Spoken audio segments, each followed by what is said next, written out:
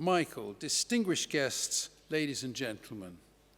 Thank you for that kind introduction and welcome, everybody, to the Guildhall, home of the City of London Corporation.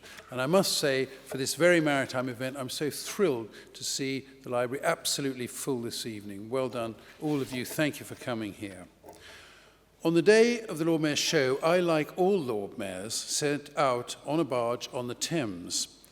I pass lampposts adorned with heraldic fish. Then, after the show is finished, I return to the Mansion House and enter under a giant stone pediment which shows Old Father Thames and the goddess of commerce luxuriating together. Finally, I walk up to my apartment using a staircase festooned with stucco anchors. Why is the river so prominent in the symbolism of the city? It's because the Thames has always been essential to the economic development and success of the city. As recently as the 16th century, a majority of Londoners earned their living directly from the river, whether through fishing, building embankments, or more esoteric professions. Then, with the development of international trade, the Thames became one of the most important and valuable arteries in the world. New facilities sprung up along its length, from the first development of docklands in 1802 to the King George V dock in the earlier 20th century, to the recent London Gateway. Whatever the changes in the economy, the Thames has remained London's route to the world. It makes London, London. Having spent 43 years as a shipbroker, I'm proud to see today's maritime sector held in such very high esteem overseas. I just came back from 10 days in the Gulf, and everybody asks your opinion, your views on every aspect of the market and how it's seen from London. We are at the cutting edge of all the vital services that enable the charter, classification, sale and purchase of the world's ships, and much of our technology is world-leading too. But other maritime nations, like Singapore and Cyprus, are hungry to emulate our success. If we want to protect our status and our prosperity, not to mention an industry that contributes over £20 billion to our GDP, then we have to carry on evolving and improving. In September, the Department for Transport published the Maritime Growth Study, the first such exercise for almost 2 decades, which I was honoured to chair. The study provides a blueprint for a competitive, skilled sector. In short, it will allow us to consolidate our position in what is a massive global market. Among other things, I recommended the government provides cross-departmental support for maritime growth, promotes the UK maritime sector through UKTI and embassies, and explores different ways to get young people more interested in, more aware of, maritime.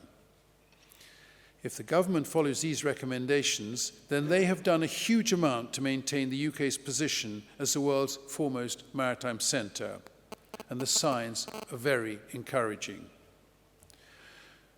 But ladies and gentlemen, my study didn't shovel all the responsibility onto the government's doorstep. The role of the industry is absolutely vital. And if we don't pull our weight, how can we expect government to support us? The industry must work together to identify the most important issues and create one single body, a body that can genuinely represent and promote UK maritime, at home and abroad, in an immensely competitive environment. One lucid, distinct voice to promote us internationally, and making sure that we attract the brightest, most ambitious people into marine and maritime jobs. If we fail in this vital test, we will have surrendered what is a golden opportunity to put maritime in its rightful place at the heart of the government's economic plans. Ladies and gentlemen, by definition, shipping is a movable industry. Providers of maritime services can be offered all sorts of allurements to up sticks and move elsewhere. But currently, despite all the various sweeteners, despite all the overtures, the global maritime industry chooses to take its lead from London and the UK.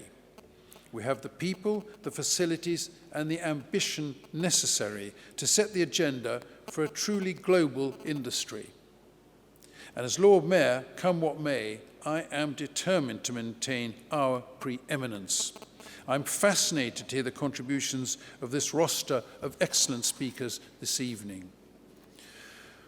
One of the most important and least copyable things that the city has in its favour is the vividness of life here, the unmistakable London buzz. The Brains Trust of Gresham College is a significant part of that. The lectures and events that you put on have contributed hugely to life here. And I would like to take this opportunity to thank you all, and particularly my friend Michael Minnelli, and for that. Today's event will be no exception. Professor Kostas Graminos founded surely the world's finest shipping MBA at Cass Business School and is responsible for establishing shipping finance as an entirely standalone academic discipline. Then we have Dr. Nicholas Tsakos, chairman of Intertanko and a shipping polymath, recognized for his work in sustainability, equity finance, philanthropy, and more.